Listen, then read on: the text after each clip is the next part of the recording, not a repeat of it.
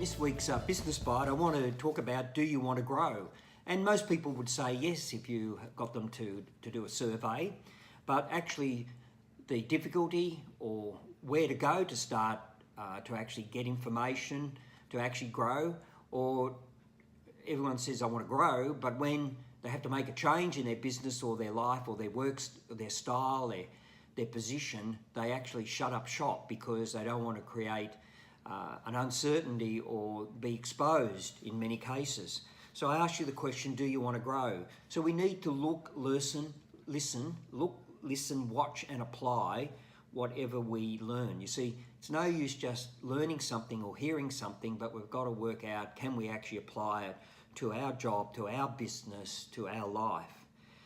We're never too old. More than 2,000 years ago, the Roman statesman Cato learned Greek at age 80. When he was asked why he was tackling such a difficult task at his age, he replied, well, it's the earliest age I have left. So what a great attitude. When he was 84 years, he declared, old men retain their intellects well enough if they only keep their minds active and fully employed.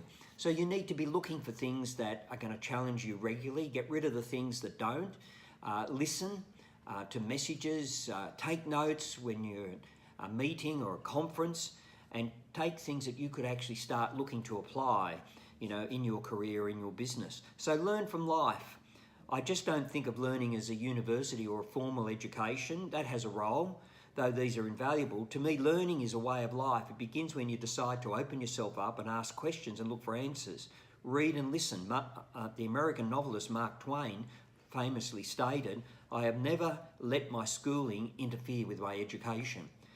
And the evangelist T.D. Jakes was asked his mother about education. She said, when you get up, every day is a university because you're going to learn as you grow. So what stops you learning? 6 examples you might recognise in your own life. Number 1, indifference. The who cares attitude when you simply just drift along. I just want to drift along, not make waves, stay out of the way. Well, where I've found that people have said that to me, they've stayed out of the way, they've been run over, the whole world has passed them by, businesses passed them by, and they get to have to do things they never wanted to do because they never spoke up or they never listened. The downside, you can't drift your way to the top of the mountain. Number 2, indecision. This is where you've looked into doing a part-time course in your field, but you put it off by saying, I'll get around to learning more about my job some other time. Warning, a double-minded person is unstable and in all his ways. So when you've made the decision, take the step to do it because you'll find time to work it into your schedule. Number 3, doubt. So we've had number 1, indifference, number 2, indecision. Now we've got number 3, doubt. And man, does this come along. What if I find I'm not competent in that area? Or what if someone gives me the wrong information or misleads me? Well, that's just part of asking questions. It's part of learning, not just accepting what someone tells you. It's part of reading and evaluating. Over time, you'll be able to tell the difference between helpful and unhelpful advice, and it will get better if you start activating it. Number 4, worry. Well, that's another big one like doubt. Even the most positive people worry at times. If it dominates your thinking, you won't look for answers or learn from the experience. Instead, let worry drive you to learn better ways to handle things. Number 5, overcaution. Most businesses never make the decision to do anything because they're overcautious. They want everything to be perfect or line up. Let me give you a warning, it will never line up and will never be perfect. You have to make a decision to move forward. And it's interesting, as you move forward and you're adapting as you go, those things that were in the way or we thought that might be an issue just get pushed aside or don't even get exposed or aren't even there anyway. I decided a long time ago that to advance my career, I needed to extend myself to actually learn because I didn't have a high schooling education. So at some point you have to make a decision to grow, to move forward in life. Timid people don't get promoted, they don't advance and they don't grow. And number 6, overconfident. Yes, we can be overconfident.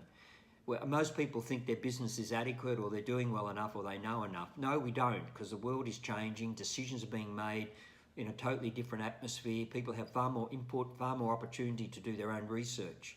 Sometimes we think we know enough. Why don't I need to listen to that speaker? I won't go to that conference. I won't go to that breakfast. I won't meet with those people. or I don't need to ask, I already know the answer. Well, generally we don't, and there are some better answers. We might know an answer, but there may be some better answers by engaging and listening. This been there, done that thinking closes you off to any further learning. And the last thing you want in your business is to have your people say to new people, we've done that before, it never worked. Sometimes it needs revisiting with just a different approach to actually make it work. So I want to challenge you in this business bite. Do you want to grow? Well, look, listen, watch and apply and start to action it. Thank you.